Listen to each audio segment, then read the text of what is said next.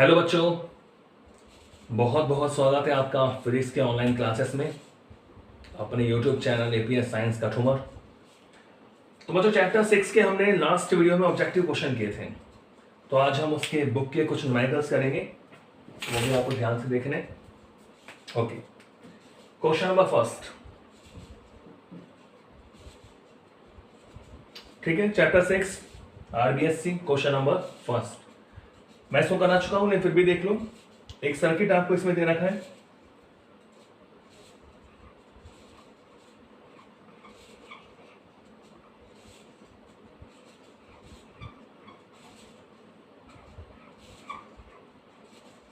देखिए ये ए पॉइंट है और यहां से एक रेसिस्टेंस आपको और जोड़ के बता दिया। तो ये वाला पॉइंट आपका सी पॉइंट है, एक रेसिस्टेंस यहां से जोड़, ठीक है। ये बी पॉइंट है और ये हो गया डी पॉइंट। ये कुछ पॉइंट दे रखे हैं, तो ए और डी के बीच में एक और लगा रखा है।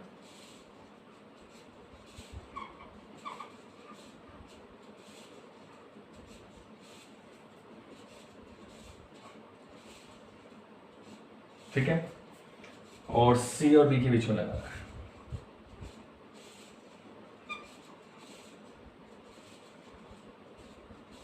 ओके, तो ये आपको जो रेसिस्टेंस दे रखे हैं सभी का मान है वो आर है, यानी जो सभी प्रतिरोध है वो आर ओम के हैं।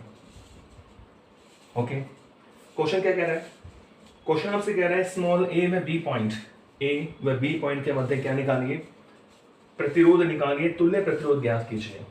ए व बी के मध्य तुल्य प्रतिरोध हमें निकालना है, ठीक है। स्मॉल ए व बी पॉइंट के मध्य हमें तुल्य प्रतिरोध, इक्विवेलेंट रेजिस्टेंस हमें निकालना है ए और बी के मध्य। तो बच्चों आप देख रहे हैं, देखो ए और बी की बात करें आप, तो यहां से आप चलोगे तो देखो ये रेजिस्टेंस ये इसके श्रेणी क्रम में हो गया, ये रेजिस्टेंस ये इसके श्रेणी क्रम में हो गया, तो बीच वाला बच गया। आप देख रहे हैं ये आर, यानी इसका अनुपात 1, इसका अनुपात भी 1। तो ये व्हीटस्टोन ब्रिज की तरह बिहेव करता है। ये व्हीटस्टोन ब्रिज एक तरीके से, तो इसको अपन ऐसे भी देख सकते हैं कि ए और बी पॉइंट के मध्य हमें निकालना है रेजिस्टेंस, उसको मैं ऐसे भी बना सकता हूं, देखो इस तरह।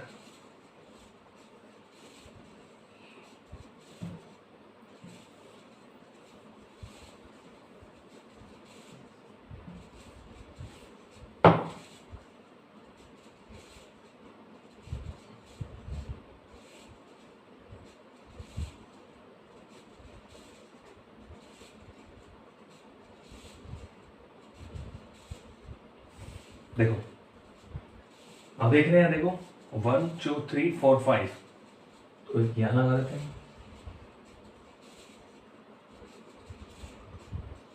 ये ए पॉइंट है और ये आपका बी पॉइंट है, ठीक है। अब देखिए ये सभी रेजिस्टेंस आर है। ओके, तो अब देख रहे हैं ए के साथ ये जुड़ा हुआ है आर, और ये आर जुड़ा हुआ है किससे? बी पॉइंट से। वो कैसा है? श्रेणी क्रम में। तो ये वाला बीच वाला पॉइंट कौन सा हुआ? डी। देखो ए आर जुड़ा हुआ है डी से होते हुए बी से, ए आर जुड़ा हुआ है डी से होते हुए बी से। ऐसे आप देख रहे हैं ए सी से जुड़ा हुआ है, तो ये पॉइंट बच्चों हो गया सी। ए सी से जुड़ा हुआ है और ए सी से जुड़ा हुआ है बी से, ए सी से जुड़ा हुआ है, सी से जुड़ा हुआ है बी से, ठीक है। तो ये बिल्कुल एक व्हीटस्टोन सेतु बन जाता है। तो आप देख रहे हैं कि सपोज करो इसे मैं मान लू P, इसे मैं मान लू Q, ये मान लो R ही है, और इसे मैं क्या मान लू S। तो आप क्या देख रहे हैं इस वाले क्वेश्चन में कि P upon Q is equal to क्या मिलता है? R अपॉन S मिलता है, ठीक है। यानी सेतु संतुलन अवस्था में होता है। सेतु कौन सी स्टेट में होगा? संतुलन अवस्था में होगा। सेतु संतुलन अवस्था में है। कैसे पहचाना हमसे कि P upon Q is equal to क्या है? R अपॉन S, ठीक है, संतुलन अवस्था में है। तो अब ये जो डीसी भुजा वाला प्रतिरोध है, आपको पता है कि जब सेतु संतुलन में होता है तो इस वाली भुजा में कोई धारा प्रवाहित नहीं होती। ठीक है, तो वो प्रतिरोध ही क्या है जिसमें धारा प्रवाहित नहीं हो। तो इस डीसी भुजा का जो प्रतिरोध है उसको छोड़ देते हैं। आते हैं भुजा डीसी का जो प्रतिरोध है, भुजा डीसी का प्रतिरोध अप्रभावी होगा।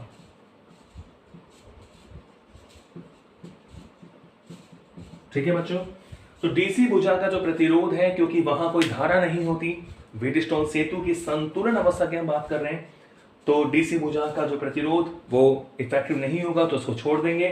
तो इसका मतलब क्या हुआ, इसको आप छोड़ दो। देखो चलो मैंने ऐसा हटा दिया ताकि और सरल हो जाए आपके लिए। अब आपको ए और बी पॉइंट के बीच में निकालना है, तो आप देख रहे हैं दोनों श्रेणी क्रम में और ये नीचे वाले भी दोनों श्रेणी क्रम में।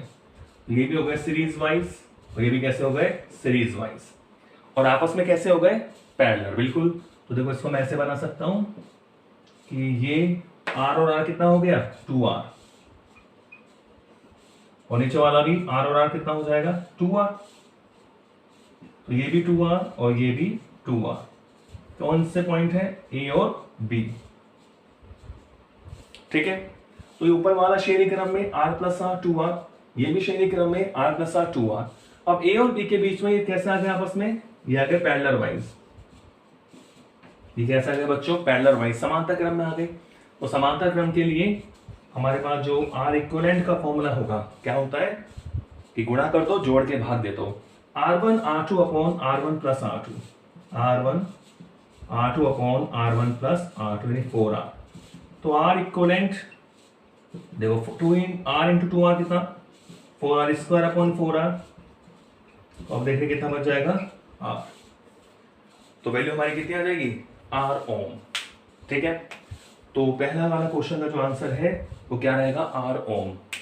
तो स्मॉल a व स्मॉल b पॉइंट के मध्य जो प्रतिरोध होगा वो बच्चों क्या होगा, R ओम होगा।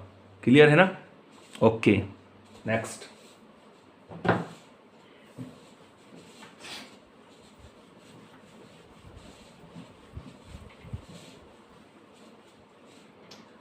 क्वेश्चन नंबर 2,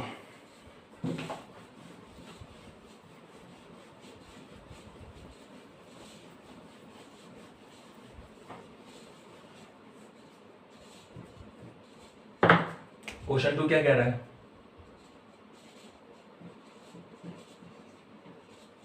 क्वेश्चन नंबर 2, एक सर्किट आपको दे रखा है। देखिए एक मीटर सेतु है, वो संतुलन अवस्था में है। तो इसका आपको एक सर्किट दिया हुआ है कि इस तरह ये x लिख दिया यहां पर, ओके। और नेक्स्ट इसके सीरीज में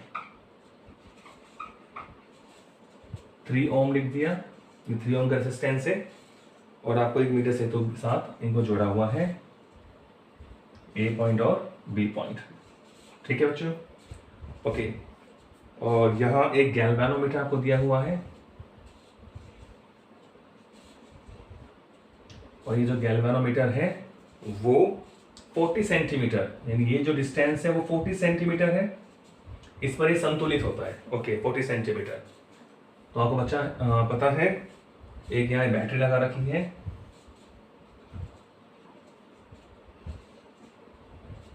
ठीक है, ये बैटरी लगा दी। ओके, तो ये हो गया प्लस और माइनस, यानी 6 वोल्ट की बैटरी है, और यहां से करंट फ्लो हो रहा है प्लस टू माइनस आई। ठीक है, तो क्वेश्चन क्या पूछ रहा है, क्वेश्चन ये पूछ रहा है कि अगर आपका ये मीटर सेतु जो है वो संतुलन अवस्था में है। ठीक है, समझ गए, मीटर सेतु, ये P, ये Q, ये R, ये S। अगर ये मीटर सेतु संतुलन अवस्था में है तो आपको इसमें आपको दिया हुआ है, क्वेश्चन में क्या दिया हुआ है कि आपका जो मीटर सेतु है, मीटर सेतु ये बच्चों संतुलन अवस्था में है, संतुलन अवस्था में है। ठीक है, यह आपको इसमें दिया हुआ है। और एक बात और इसमें दी हुई है कि मीटर सेतु के तार का प्रतिरोध, मीटर सेतु के जो तार का प्रतिरोध है वो 1 ओम पर सेंटीमीटर है, 1 ओम पर सेंटीमीटर है, ठीक है। ओके, तो आपसे क्वेश्चन क्या पूछ रहा है, अज्ञात प्रतिरोध X तथा इसमें प्रवाहित विद्युत धारा का मान ज्ञात कीजिए, ठीक है। आपको अज्ञात प्रतिरोध का मान निकालना है, X निकालना है, और ये कितनी करंट देगा वो आपको निकालना है, ठीक है। अज्ञात प्रतिरोध X और इसमें प्रवाहित धारा का मान आपको ज्ञात करना है, ठीक है। तो पहले अपन X निकालेंगे। X के लिए आपको पता है फॉर्मूला क्या होता है, देखो मीटर सेतु के लिए आपको पता है मीटर सेतु के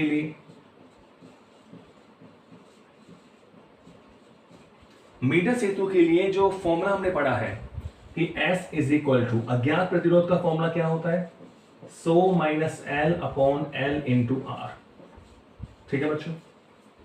100 minus L upon L into R, ये हमारा फॉर्मूला होता है मीटर सेतु के लिए। अब हमारे सर्किट के हिसाब से हमें वैल्यू लिखनी पड़ेगी, ओके। हमें चाहिए L, R और S, तीन हमारे पास अननोन वैल्यू है L, R और S। तो आप देख सकते हैं, देखो चित्र से L, अब ये मीटर से तो 40 सेंटीमीटर लंबाई पे क्या होता है, संतुलित होता है। तो L तो 40 हो गया, L हो गया 40 सेंटीमीटर, ठीक है। सेंटीमीटर में लेते हैं, ओके, क्योंकि आप देखो ये सेंटीमीटर में 100 सेंटीमीटर, तो सेंटीमीटर अपॉन सेंटीमीटर कट जाता है, ठीक है। अब यहां होता है हमारा R, आपको पता है ये होता है P, ये होता है Q, ये होता है R, ये क्या होता है S, ऐसे लेके चल रहा है। तो P Q R S, तो L 40 सेंटीमीटर हो गया, तो यहां जो R है वो X है और S कितना है 3 ओम, ठीक है। जो मीटर से तो पढ़ते हैं वो एक P होता है या Q होता है, ये R और ये S, तो उसी हिसाब से चल रहे हैं। तो इसमें वैल्यू पुट करें, देखो समीकरण नंबर 1 से S को मैं लिखूंगा 3, तो 100 माइनस 40 बटा 40 इंटू एक्स, हमें वैल्यू किसकी निकालनी है, एक्स की। तो आप देख सकते हैं 3 100 माइनस 40 60 बटा 40, यानी 20 या 60 20 दूनी 40, 3 बटा 2 एक्स, 3 से 3 कैंसिल हो गया, तो एक्स तो आ गया 2 ओम, ठीक है। एक्स की वैल्यू क्या आ गई 2 ओम, तो एक्स हमें मिल गया 2 ओम, ओके। अब क्वेश्चन कह रहा है कि हमें धारा भी निकालनी है, क्या निकालनी है, धारा। हमें आई की वैल्यू निकालनी है। अब आई की वैल्यू निकालने के लिए हमें टोटल वोल्टेज तो मालूम है 6 वोल्ट, तो आपको रेजिस्टेंस निकालना पड़ेगा, क्या निकालना पड़ेगा, रेजिस्टेंस निकालना पड़ेगा, ठीक है। अब पता है वेट स्टोन सेतु बन जाता है। अब वेट स्टोन सेतु के लिए ये दोनों श्रेणी क्रम में और ये दोनों कैसे होते हैं, श्रेणी क्रम में। तो इसको तो मैं ऐसे ही बना सकता हूं, इस डायग्राम को अपन ऐसे बनाए, वेट स्टोन सेतु के हिसाब से बनाए। एक्स तो निकल ही गया। करंट निकालने के लिए हमें टोटल प्रतिरोध निकालना पड़ेगा, तो उसके लिए मैंने देखो इसको ऐसे बना दिया।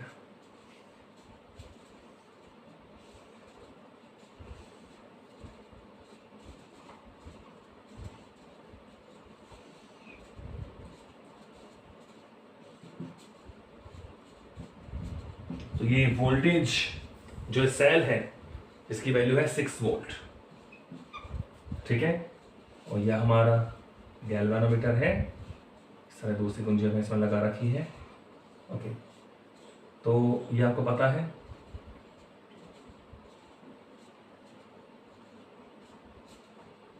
P Q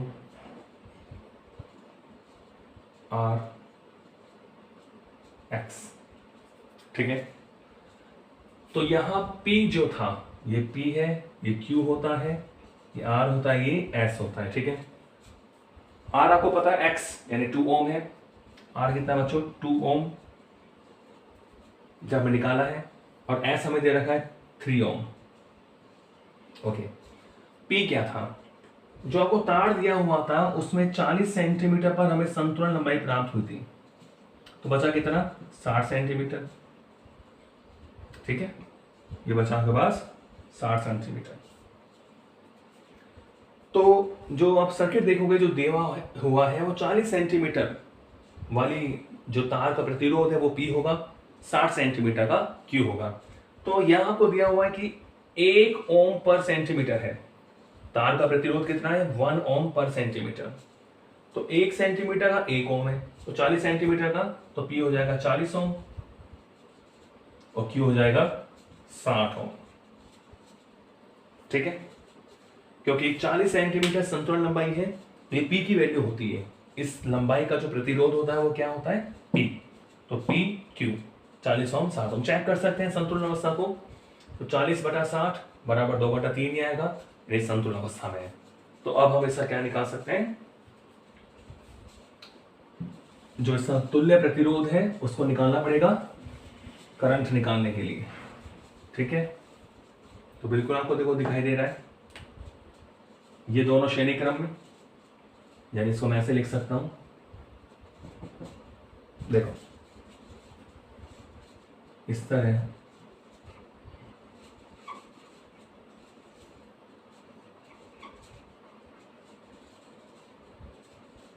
तो यहां बैटरी है।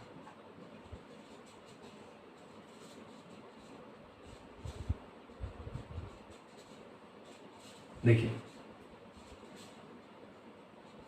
ये दोनों कैसे हैं श्रेणी क्रम है, तो 60 और 40 का श्रेणी क्रम कितना आएगा 100 ओम, 2 और 3 का 5 ओम। ठीक है, और ये बैटरी आपको दी हुई है 6 वोल्ट की।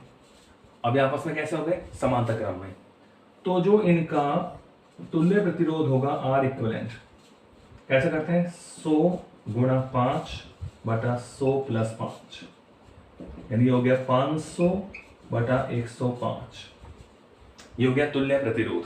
ये कितना हो गया बच्चों तुल्य प्रतिरोध। ठीक है, तो अब हमें क्या निकालना है करंट निकालना है।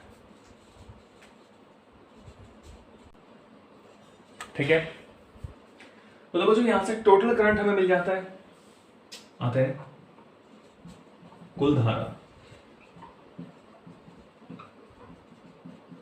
टोटल करंट यानी ये सेल धारा कितनी दे रहा है P में, R में, Q में, S में धारा नहीं है अभी। अब हम निकाल रहे हैं पहले कि कुल धारा कितनी है। क्वेश्चन में आपसे पूछा है कि इस X में धारा कितनी है। सपोज फॉर X में मैं I1 मान लेता हूं और टोटल करंट क्या मान रहा हूं I। ठीक है, तो क्वेश्चन में तो I1 पूछा है, लेकिन अपन इसमें एक क्वेश्चन और मैंने जोड़ दिया कि कुल धारा भी आप निकाल सकते हो। तो I कुल धारा क्या होगी कि I = टोटल वोल्टेज कितना E अपॉन टोटल प्रतिरोध R इक्विवेलेंट।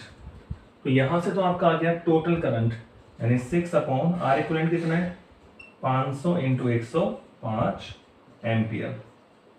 इसे हम सॉल्व करके किसका मान निकालेंगे टोटल करंट का। क्वेश्चन में केवल आपसे ये पूछ रहा है कि भाई ये जो आपके पास अज्ञात प्रतिरोध था, यानी जो हमारे पास x की वैल्यू थी, ये जो x था इसमें करंट कितना है, ये x था हमारे पास, ये वाला मान क्या था x, तो इसमें करंट कितना है। तो इसमें तो आपको पता लग ही रहा है कि भाई 6 वोल्ट की बैटरी हमें लगा रखी है, ये तो देखो टोटल करंट हो गया। क्वेश्चन में आपसे टोटल करंट नहीं पूछा है, क्वेश्चन में पूछा है x, जो अपने x निकाला है उसमें करंट कितना है। तो ये x था, तो आप देख सकते हैं 6 वोल्ट है। अब देखो इस वाले का जो ब्रांच है, ये वाली शाखा, सपोज करो इसमें करंट हम मान लेते हैं I डैश मान लेता हूं, और इसमें करंट जा रहा है I1, इस वाली ब्रांच। अब क्योंकि यहां से कोई करंट है नहीं तो I डैश है, वो I डैश यहां चल जाएगा और ये I1 करंट इसमें चला जाएगा, I1 करंट। ठीक है, तो दोनों में I1 जाएगा, समझ रहे हो। तो आप देख सकते हैं कि I1 की वैल्यू हम निकाल सकते हैं कि I1 कितना होगा। I1 = टोटल वोल्टेज कितना 6, टोटल प्रतिरोध 2 और 3 5। ठीक है, तो ये आपको I1 की वैल्यू मिलती है 6/5। ठीक है, यानी 1.2 एम्पियर। तो क्वेश्चन में तो ये पूछा था कि इस 2 ओम में करंट कितना होगा 1.2 एम्पियर, क्योंकि टोटल वोल्टेज 6 वोल्ट है और जो इस ब्रांच का टोटल जो प्रतिरोध होगा 2 और 3 5 ओम में करंट जा रहा है, 6 वोल्ट 5 ओम में, ठीक है। अब इसके सिरों पर और इसके सिरों पर तो वोल्टेज तो सेम रहेगा, तो यहां निकालो तब भी 6 वोल्ट लेना पड़ेगा, यहां निकालोगे तब भी 6 वोल्ट, ये दोनों पैरेलल हो जाते हैं, ठीक है।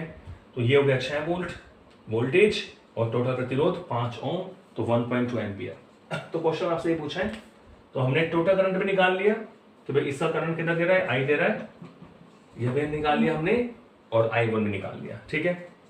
नेक्स्ट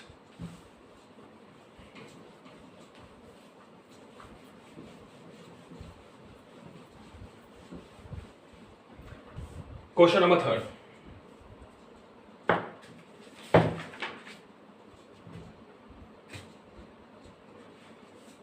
क्वेश्चन और इंपॉर्टेंट है, कई बार पूछ लेते हैं इस तरह क्वेश्चन। द क्वेश्चन 3 में आपको एक व्हीटस्टोन सेतु जैसा सर्किट दिया हुआ है, और देखो पहले मैं सर्किट बना दूं, इस तरह आपको एक सर्किट दिया हुआ है,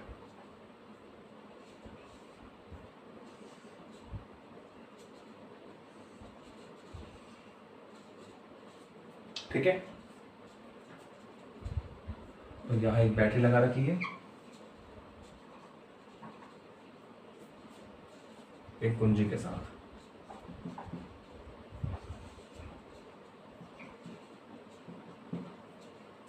तो ये 10 वोल्ट की बैटरी है, इसका वोल्टेज है प्लस से करंट दूर इस तरह, तो यहां से आप देख सकते हैं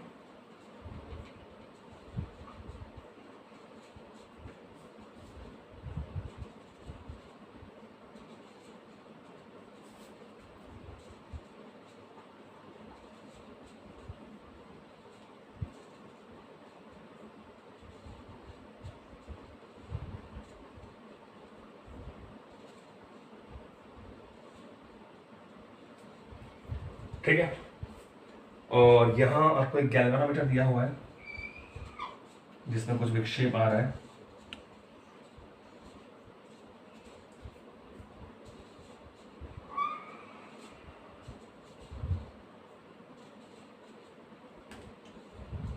तो ये सर्किट हमें दिया हुआ है, ए पॉइंट बी सी डी, ठीक है।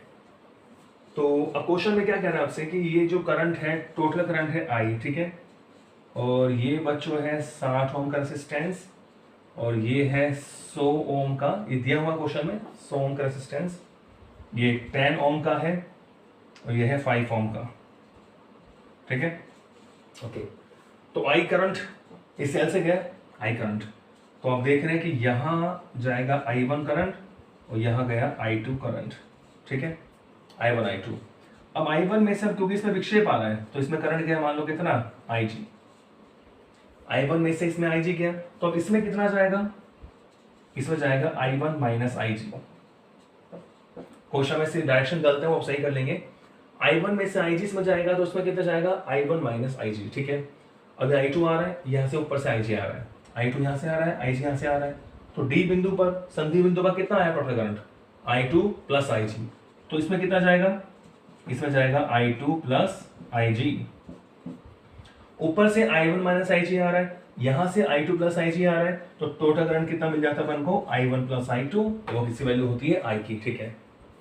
तो क्वेश्चन में आपको एक व्हीटस्टोन सेतु दिखाया हुआ है जो संतुलन अवस्था में नहीं है, और क्वेश्चन में क्या पूछ रहा है आपसे, IG की वैल्यू पूछ रहा है, ठीक है। ये सारे मान आपको दे रखे हैं, और यहां 15 ओम का गैल्वेनोमीटर है, ये जो धारा मापी है इसका प्रतिरोध भी हमें गिवन है कितना, 15 ओम, ठीक है। तो पूछ रहा है ये गैल्वेनोमीटर में प्रवाहित होने वाली धारा, ये क्वेश्चन है, ठीक है। आगे क्वेश्चन समझ में क्लियर है। ये 100 ओम का है, 10 ओम, 60 ओम, 5 ओम, ये गैल्वेनोमीटर है जिसका प्रतिरोध 15 ओम है, इसमें धारा IG आपको निकालना है, तो आपको बिल्कुल पता लग गया होगा किरचॉफ्स लॉ से हम इसमें निकालते हैं, ठीक है। ओके, तो देखिए सबसे पहली बात तो आपको दिख ही रहा है कि संधि बिंदु, पहले देखो इसका सॉल्यूशन, संधि बिंदु ए पर किरचॉफ का पहला नियम लगाऊं केसीएल से, ठीक है। तो संधि बिंदु ए पर आपको दिख रहा है, ये तो लिख ही देते हैं अपन कि total current I is equal to I1 plus I2, equation number first. अब आपको वैल्यू निकालनी है IG की, तो बच्चों मैं ये वाला लूप ले रहा हूं, देखो A B D A, तो यहां से मुझे इक्वेशन किसमें मिलेगा, I1 I2 और IG में मिलेगा। अगर मैं ये लूप लेते हूं A B D A, ये लूप लेने पर मुझे जो इक्वेशन मिलेगा वो किसमें मिलेगा, I1 IG और I2 में। फिर मैं मान लो ये लूप ले लूंगा B C D A, फिर I1 I2 IG में, तो मतलब मेरे पास यहाँ तीन वैल्यू हो जाती है, I1 I2 और IG। तो तीन इक्वेशन चाहिए इन तीनों में। तो एक लूप, अब ये ध्यान रखना अगर आपको वोल्टेज दिया हुआ हो तो इसको जरूर शामिल करें। अगर आपको सर्किट में सेल की वोल्टेज दी हुई है तो इसको हम जरूर शामिल करें, क्योंकि ये नॉन वैल्यू होती है। तो अब एक लूप मैं ये ले लूंगा A B C E A, तो यहां से क्या होगा, I2 और IG में इक्वेशन आएगा, 10 वोल्ट में दिया हुआ है, तो I2 और IG में इक्वेशन आपको मिल जाएगा। चलो देखें, तो मैं लूप ले रहा हूं, देखो loop A B D A में, loop A B D A में किरचॉफ वोल्टेज लॉ से, KVL से, A B D A में हम KVL लगाए, तो चलो लगाओ, शुरू करो ऐसे। क्या होता है KVL? KVL होता है summation V is equal to 0। अगर आपकी दिशा में आपके पास वोल्टेज मिल रहा है, पोटेंशियल ड्रॉप हो रहा है, विभव पतन हो रहा है, प्लस माइनस आ रहा है तो पॉजिटिव, उल्टा चले तो नेगेटिव। तो इसमें अगर अपन लगाएं KVL, तो देखो करंट की दिशा में चल रहे हैं, सो I1 चले, दिशा में चल रहे हैं 15 IG, समझ गया ना, 15 प्रतिरोध है इसका, करंट है IG, 15 IG। अब हम तो चल रहे हैं ऐसे, विभव पतन ऐसे हो रहा है, मतलब विपरीत दिशा में, तो ये क्या हो जाएगा, -60 I2, ठीक है, इज इक्वल टू क्या, 0। तो summation V is equal to 0, ये हमें एक इक्वेशन मिल गई, ठीक है बच्चों।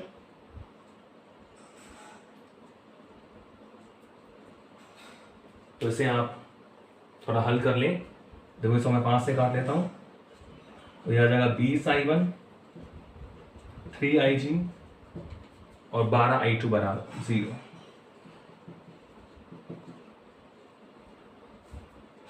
ठीक है, तो ये इक्वेशन नंबर आ गई 2। तो इक्वेशन कैसे मिल गया, I1 I2 और IG में, ओके। अब मैं ये वाला लूप ले रहा हूं, B C D B, ये लूप ले रहे हैं।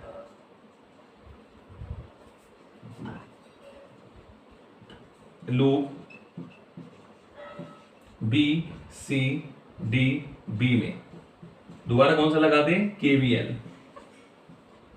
तो KVL से B C D B में, चलो B से C चल रहे हैं, करंट की दिशा में चल रहे हैं, तो क्या आएगा देखो कि I1 माइनस IG, तो करंट हो गया इंटू 10, ठीक है, I1 माइनस IG इंटू 10। फिर आगे चले, अब हम तो चल रहे हैं ऐसे, लेकिन विभव पतन ऐसे हो रहा है, तो क्या आएगा माइनस में, तो माइनस का I2 plus IG into 5, okay.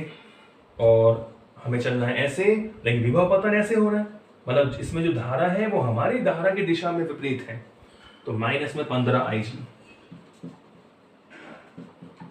Is equal to क्या, 0, ठीक है।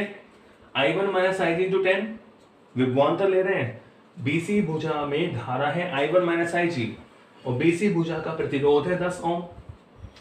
CD भुजा में धारा है I2 प्लस IG, लेकिन वो DC दिशा में है, हम चल रहे हैं CD दिशा में, तो नेगेटिव लेना पड़ेगा, I2 प्लस IG।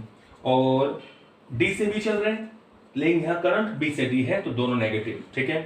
तो इसको अभी हम थोड़ा हल कर लें, देखो, तो यहाँ देखो इसको हम काट देते हैं कि I1 माइनस IG, तो 5 से काट दें इसको, 5 दूनी 10, minus I2 plus IG minus का 3 IG इज इक्वल टू 0, ठीक है। तो यहाँ कुछ पद आ रहे हैं हमारे पास I1 I2 के, उसको भी हम हल कर लें। देखो 2I1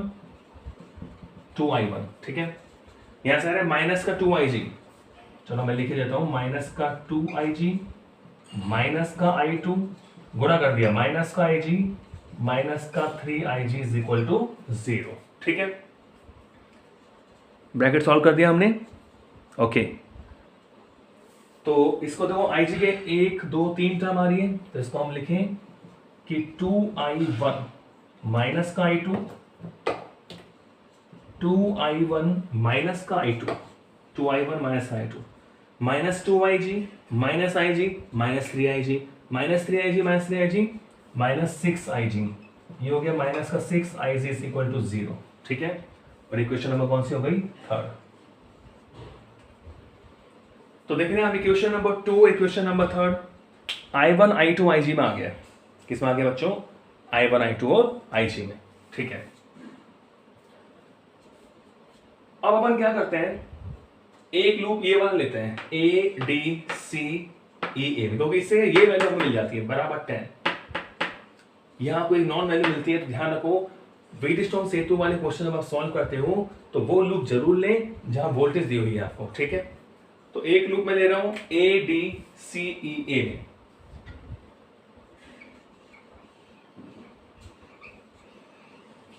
देखो लूप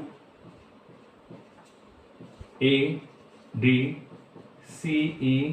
में किससे? KVL से। KVL का मतलब किरचॉफ्स वोल्टेज लॉ, किरचॉफ का दूसरा नियम। तो ADCE ये वाला E है A में, चलो A से B चल रहे, प्लस में आएगा 60I2, ये भी हमारी दिशा में चल रहा है, तो I2 plus IG I2 plus IG into में क्या 5। अब यहां I मत लिख देना, यहां कोई प्रतिरोध नहीं है, वोल्टेज है 10, लेकिन माइनस से प्लस आ रहा है, तो माइनस का 10 इज इक्वल टू 0। अब देखो कुछ आशा की किरण आपको नजर आई कि ये इक्वेशन I2 IG में ही है। ठीक है, वैल्यू ध्यान रखना है IG की निकालनी है, तो इसको मैं हल कर लेता हूं। तो बच्चों ये बना देखो 60I2 plus 5I2 plus 5IG minus 10 is equal to 0। ठीक है, तो 60I2 प्लस 5I2 कितना हो गया? 65I2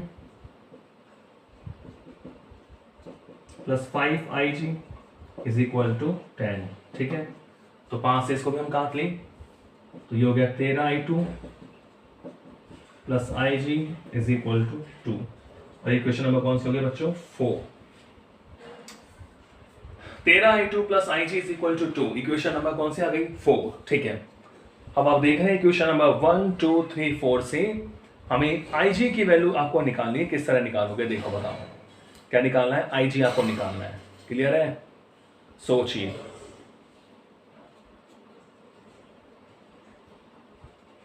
देखो हमारी जो इक्वेशन है, इक्वेशन 4 है I2 और IG में। ठीक है, और इक्वेशन 2 और 3 की बात करें तो ये I1 I2 IG में और ये I1 I2 IG में।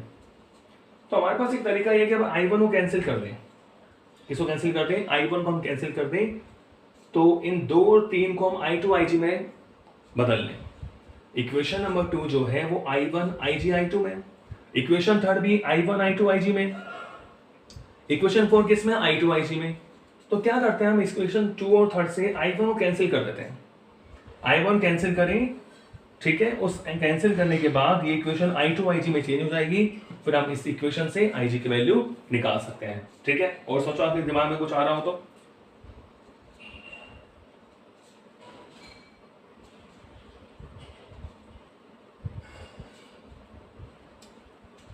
ठीक है बच्चों,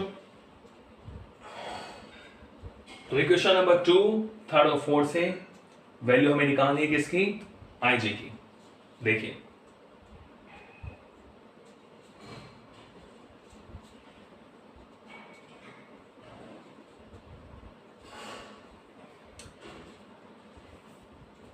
ऐसे भी आप कर सकते हैं कि यहां से IG को कैंसिल कर दें। भाई वो सिंपल आपका बीजीय समीकरणों को हल करना, 2 और 3 से अगर मैं आपसे कहूं कि आपको आई जी कैंसिल करना है तो आप इसे 2 से गुणा कर दो, इसमें जोड़ दो।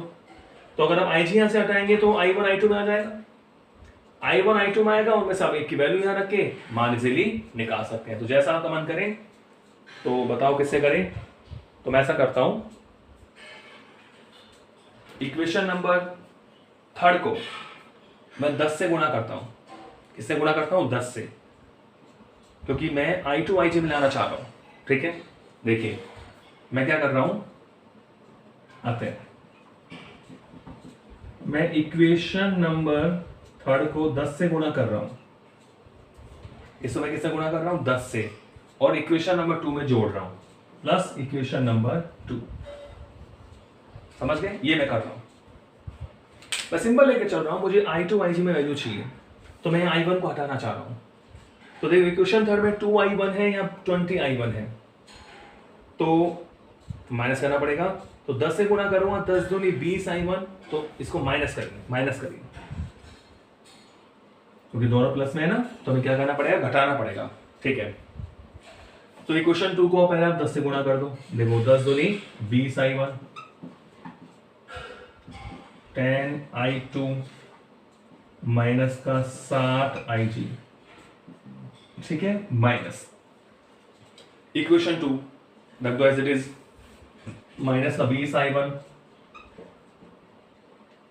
प्लस का 3ig माइनस का 12i2।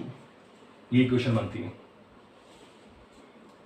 ठीक है, इक्वेशन 3 को, समीकरण 3 को 10 से गुणा करा है, और हम समीकरण 2 को उसमें से घटा रहे हैं। तो आप देख रहे हैं, देखो 20i1 माइनस 20i1 ये कैंसिल हो जाएगा, ये तो कैंसिल हो गया, 20i1 और माइनस 20i1 कैंसिल। ठीक है, क्या बचा? माइनस का 10i2 माइनस का 60ig माइनस का 3ig और माइनस माइनस प्लस का 12i2। ठीक है, ये बचा के minus 10i2 minus 60ig minus 3ig plus 12i2। ठीक है, बराबर तो 0 है, वही तो एलएचएस हो गया ना, एलएचएस तो 0 है हमारे पास। तो माइनस का 10i2 और प्लस का 12i2 कितना आ गया? 2i2। 12 माइनस 10 2i2, और माइनस का 60 और माइनस का 3 कितना हो गया? माइनस का 63ig बराबर 0। इक्वेशन नंबर 5 दिख रहा है आपको? अब इक्वेशन 4 और 5 से हम IG की वैल्यू इजीली निकाल सकते हैं। ये भी I2 IG में आ गया और ये भी I2 और IG में आ गया, तो आप देख सकते हैं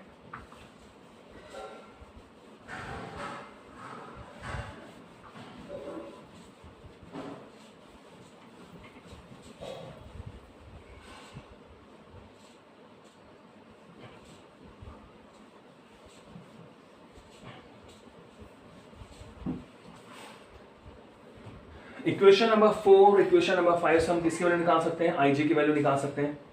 तो IG की वैल्यू निकालने के लिए आपको I2 हटाना पड़ेगा। तो देखो मैं लिख देता हूं इक्वेशन 4, देखो समीकरण 4 में 5 से इक्वेशन 4 में लिख रहा हूं 13i2 प्लस का IG इज इक्वल टू 2, और इक्वेशन 5 में लिख रहा हूं 2i2 माइनस का 63ig इज इक्वल टू 0। ठीक है, तो हमें वैल्यू किससे निकालनी है? IG की। तो I2 को हटाइए, तो I2 कैसे हटाएंगे? इसको मैं 13 से गुणा कर देता हूं, इसको 2 से गुणा कर देता हूं। इसको किससे गुणा कर दिया? 13 से दोनों तरफ, इससे किससे गुणा कर दिया? 2 से दोनों तरफ। इतना आप जानते ही हो। तो क्या बनेगा? 13 दूनी 26i2 प्लस का 2ig इज इक्वल टू 4, और यहाँ 13 से गुणा कर रहे हो आप, 13 दूनी 26i2 माइनस का, ठीक है, 63 इंटू 13 करिए, कितना आएगा? 13 39, 3 और 13 78, 78 और 3 81, 819 IG इज इक्वल टू 0। ठीक है, तो 63 इंटू 13 करा, 819 आया, माइनस का IG बराबर 0।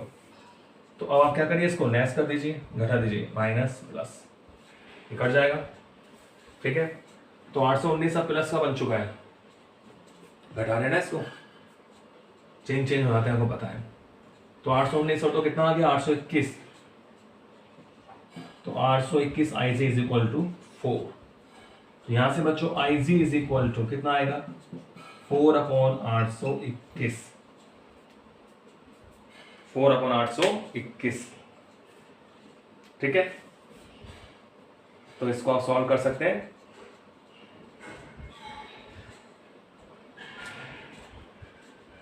तो इसको सॉल्व करने पर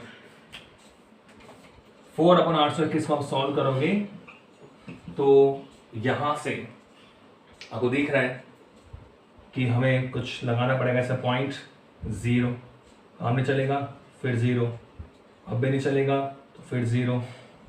ठीक है, तो 0.00 और 821 का आप 4000 में भाग दोगे तो लगभग 4 बढ़ जाएगा,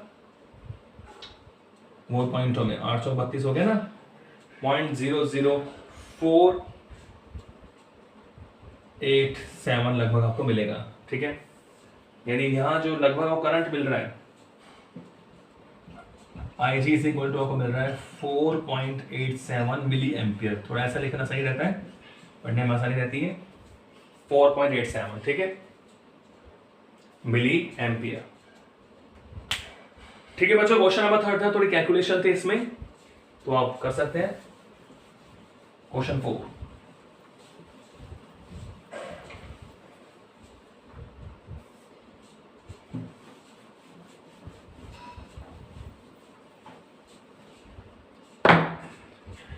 नेक्स्ट क्वेश्चन नंबर 4 देखिए, कैलकुलेशन है, थोड़ा बड़ा बनेगा वीडियो।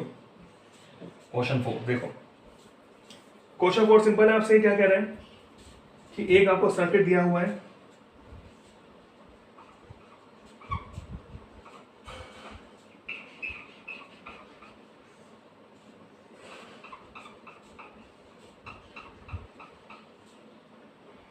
ये सर्किट आपको दिया हुआ है और यहां आपको एक बैटरी लगा रखी है 10 वोल्ट की।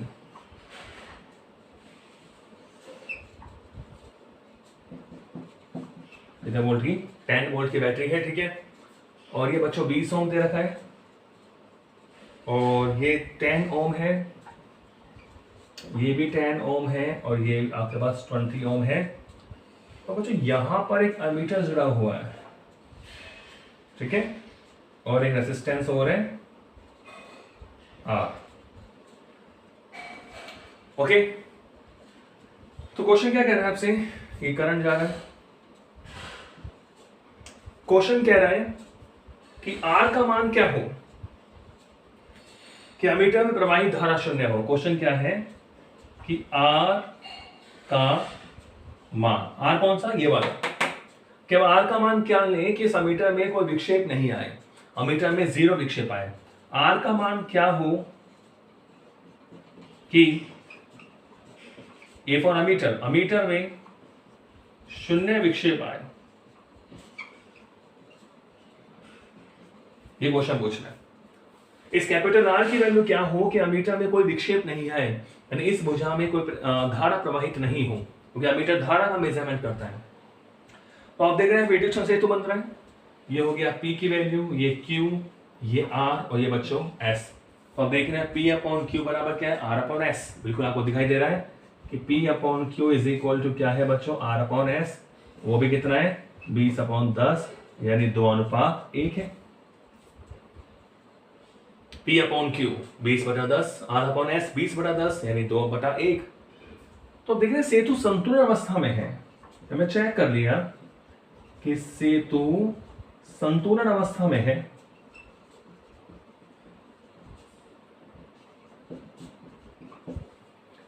और जब सेतु संतुलन अवस्था में होगा तो आपको पता है कि एमीटर में सदैव 0 विक्षेप होगा,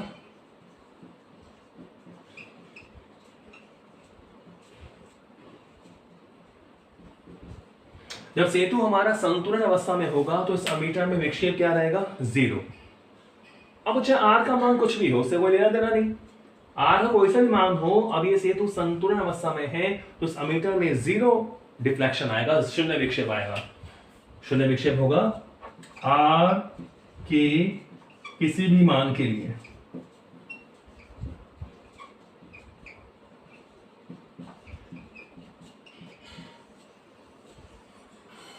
आर के किसी भी मान के लिए अमीटर में विक्षेप क्या आएगा बच्चों, 0 विक्षेप आएगा। क्लियर है? ओके, तो ये क्वेश्चन 4 था। ठीक है,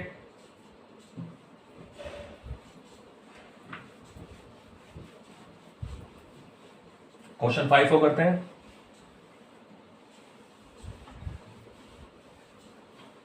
क्वेश्चन 5, ठीक है, बुक लेके बैठा करो साथ में।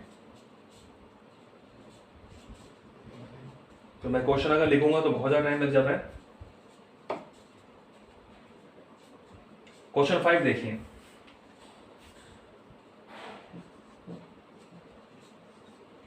क्वेश्चन 5 इंपॉर्टेंट है। क्वेश्चन 5 क्या कहता है, एक विभवमापी के तार की लंबाई, तो जो गिवन है वो मैं लिख रहा हूं ना, बुक सबके पास है ही। तो कह रहा है एक विभवमापी के तार की लंबाई जो है वो L है। विभवमापी के तार की लंबाई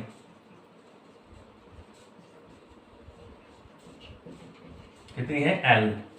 ठीक है, पता है इसके प्राथमिक परिपथ में 2.5 वोल्ट की एक बैटरी, इसके प्राथमिक परिपथ में सपोज करो मैंने उसको मान लिया E, 2.5 वोल्ट, 2.5 वोल्ट की एक बैटरी एवं 10 ओम के प्रतिरोध को श्रेणी क्रम में जोड़ा गया है। मतलब इसके साथ जो श्रेणी क्रम में जुड़ा हुआ है, सपोज करो उसको मैंने R' मान लिया, ये 10 ओम है।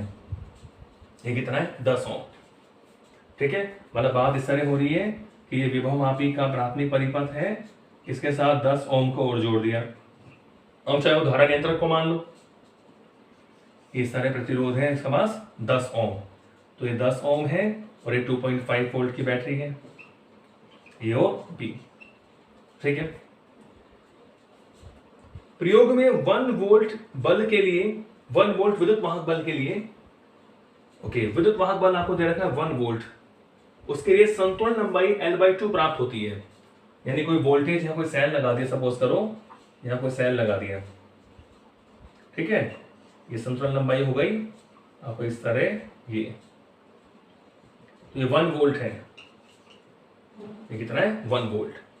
तो आपको दिया हुआ है, इसको मैं V मान रहा हूं कि V मेरे पास 1 वोल्ट है। 1 वोल्ट के लिए जो संतुलन लंबाई है वो L/2 प्राप्त होती है, यानी यहां से लेकर यहां तक की जो डिस्टेंस है वो L/2 है।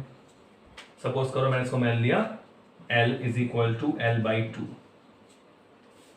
ठीक है, 1 वोल्ट के लिए संतुलन लंबाई क्या प्राप्त होती है, L/2 प्राप्त होती है। क्वेश्चन क्या कह रहा है, यदि प्राथमिक परिपथ में लगे प्रतिरोध का मान दोगुना कर दिया जाए। क्वेश्चन क्या कह रहा है, यदि जो प्राथमिक परिपथ में प्रतिरोध लग रहा है कि अब जो R' की वैल्यू है वो 2R' हो जाए, यानी किसके बराबर, 20 ओम के बराबर हो जाए। यानी इसको मैं ऐसे मान लूं कि R" कितना है, 20 ओम। ये क्वेश्चन कह रहा है कि यदि R' डबल कर दो आप, ये जो प्राथमिक परिपथ में 10 ओम का प्रतिरोध लगा हुआ था श्रेणी क्रम में, ये अगर 20 ओम हो जाए तो इसके लिए संतुलन लंबाई क्या प्राप्त होगी, ये क्वेश्चन आपसे कह रहा है। दोगुना कर दिया जाए तो नई संतुलन लंबाई का मान क्या होगा। तो क्वेश्चन समझ लीजिए एक बार, क्या कह रहा है कि विभवमापी का प्रयोग आपको दिया हुआ है, इस प्राथमिक परिपथ में जो सेल लगा हुआ है उसका वोल्टेज कितना है, 2.5 वोल्ट, इसके साथ श्रेणी क्रम में 10 ओम का प्रतिरोध लगा हुआ है। ठीक है, अब एक दूसरा सेल है 1 वोल्ट का, इसके लिए संतुलन लंबाई L/2 प्राप्त होती है। क्लियर। क्वेश्चन क्या कह रहा है कि अगर इसको डबल कर दें, इसको डबल कर दें तो अब संतुलन लंबाई में क्या प्रभाव पड़ेगा, ये क्वेश्चन है। ठीक है, तो आप देखिए बच्चों, आपको पता है कि जब आप लंबाई इस प्रतिरोध को चेंज करोगे तो करंट भी चेंज हो जाएगा, करंट चेंज होगा तो विभवांतर चेंज होगा तार के सिरों पर। और विभवांतर चेंज होगा तो विभव प्रवणता भी क्या होगी, चेंज होगी। लंबाई क्या दे रखी है, एल। तो ऐसे क्वेश्चन आप विभव प्रवणता से कर सकते हो। विभव प्रवणता के फॉर्मूले से इस तरह क्वेश्चन सॉल्व होते हैं कि इसको दुगना कर दे तो लंबाई क्या होगी। देखिए इसका सॉल्यूशन देखें। देखो आपको पता है चूंकि जो विभव प्रवणता है, विभव प्रवणता x इज इक्वल टू कितना होता है, x इज इक्वल टू, अब ये मान लो कि माना विभव मापी के तार का जो प्रतिरोध है, ये नहीं दिया हुआ आपको, लंबाई तो l दे दी। विभव मापी के तार का जो प्रतिरोध है वो मैं मान रहा हूं r ओम, ठीक है। विभव मापी के तार की लंबाई कितनी है, l, प्रतिरोध कितना है, r, और सपोज करो धारा मैं मान रहा हूं कैपिटल I है। इस वाली स्थिति में इस तार का प्रतिरोध कैपिटल R है और इसमें धारा कितनी प्रवाहित हो रही है, कैपिटल I। तो x आपको पता है कि विभव प्रवणता एकांक लंबाई पर विभव पतन, x क्या होता है, एकांक लंबाई पर विभव पतन होता है, ठीक है, एकांक लंबाई पर विभव पतन। तो इसकी लंबाई कितनी है टोटल, L, कितना होगा विभवांतर, IR, IR अपॉन L होता है, पढ़ा हुआ है हमने। IR है विभव मापी के तार के सिरों पर कुल विभवांतर IR, क्योंकि इसका कुल प्रतिरोध मैंने R माना है, उसमें करंट कितना है I, तो विभव मापी के तार के सिरों पर कितना विभवांतर IR, तो L लंबाई पर IR, तो एकांक लंबाई पर IR अपॉन L, ठीक है। तो पहले वाले केस की बात करें कि x इज इक्वल टू, और देखो I क्या होगा, I धारा यानी टोटल वोल्टेज E, भाई करंट तो हमें इससे मिल रहा है E यानी 2.5 वोल्ट, E अपॉन कुल प्रतिरोध कितना है, कुल प्रतिरोध आप देख रहे हैं 10 ओम जुड़ा हुआ है इसके साथ, क्या जुड़ा हुआ बच्चों, 10 ओम। और विभव मापी का मैंने क्या माना है, R माना है, R में नहीं दिया हुआ, तो विभव मापी का प्रतिरोध तो है R और इसके साथ श्रेणी क्रम में क्या लगा हुआ है, R डैश लगा हुआ है, तो करंट हो गया। ये I की बात कर रहा हूं मैं, I हो गया टोटल वोल्टेज, I क्या है, विभव मापी जो करंट दे रहा है, जो सेल लगा हुआ है प्राथमिक परिपथ में उससे जो करंट मिल रहा है, तो टोटल वोल्टेज E और टोटल प्रतिरोध R भी लेना पड़ेगा। R क्या है, विभव मापी के तार का प्रतिरोध, तो E upon R plus R dash, ये पढ़ा हुआ है हमने, R अपॉन L, ठीक है बच्चों। तो ये फॉर्मूला हमने पढ़ा हुआ है, मैं निकाल भी दिया आपको कि x is equal to I R upon L, ठीक है। तो जो वैल्यूज हमारे पास है उसको हम पुट करें इसमें, तो देखो x इज इक्वल टू, ई कितना है 2.5, r हमें नहीं पता है, r डैश कितना है 10, और ये r, ये क्या हो गया बच्चों l, ठीक है, ओके। अब क्वेश्चन ये कह रहा है कि 1 वोल्ट के सिरों पर जो विभवांतर है उसके लिए जो संतुलन लंबाई प्राप्त होती है L/2 प्राप्त होती है, क्या प्राप्त होती है, L/2। तो आपको पता है, देखो यहां लिख दूं मैं,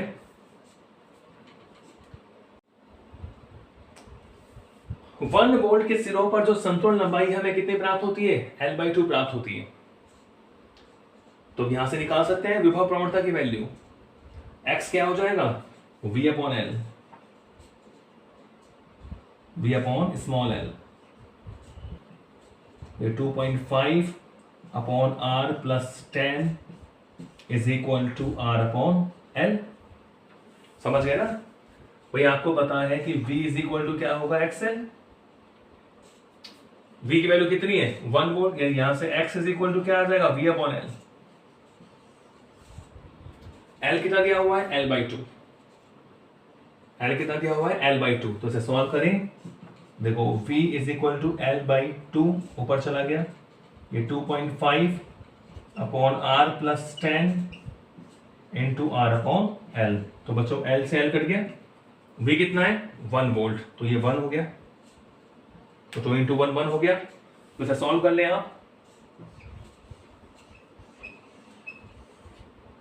देखो मैं क्रॉस मल्टीप्लाई कर दूं, 2 इंटू R 2R प्लस 10 दूनी 20 इज इक्वल टू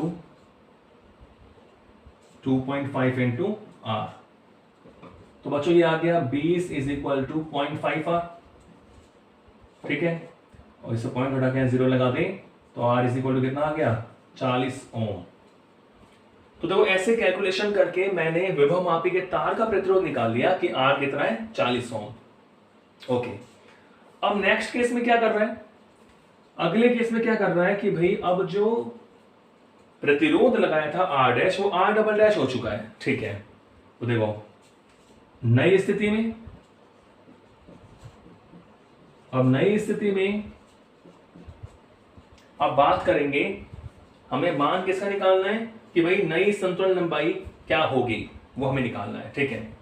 तो मैंने मान लिया कि भाई विभव प्रवणता अब x से x डैश हो गई, संतुलन लंबाई मान लो L से क्या हो गई L डैश हो गई, ठीक है, और जो करंट है वो I से क्या हो गया I डैश हो गया। x पहले वाली स्थिति है, L I पहले वाली स्थिति है, तो ये चेंज हो गया नई स्थिति में। कि नई स्थिति का मतलब क्या हुआ कि जो हमारा R डैश था वो R डैश से R डबल डैश बन गया, समझ गए।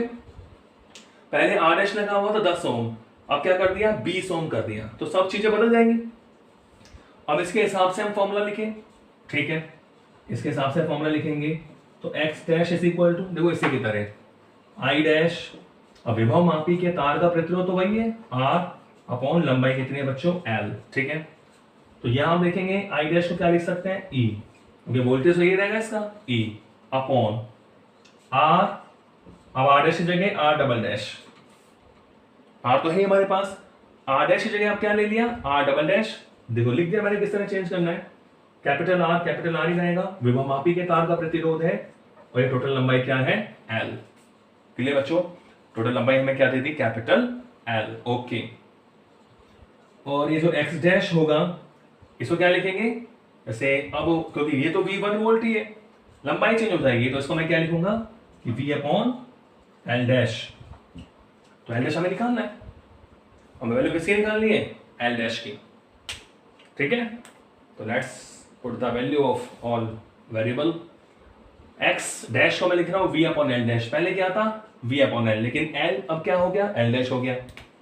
तो चलो इसको हम सॉल्व करें कि ये हो गया E upon R plus R double dash into में R अपॉन L, ओके। तो चलो V कितना है V1 है, तो 1 upon L dash is equal to E कितना है 2.5, अब तो R भी हमें पता है, R कितना है 40, R डबल डैश कितना हो गया देखो 20 हो गया ना, R डबल डैश 20 हो गया और R है 40 और ये बच्चों हो गया L। तो इसको सॉल्व करके हम किसकी वैल्यू निकाल लेते हैं L डैश की, तो चलो मैं यहां लिख रहा हूं,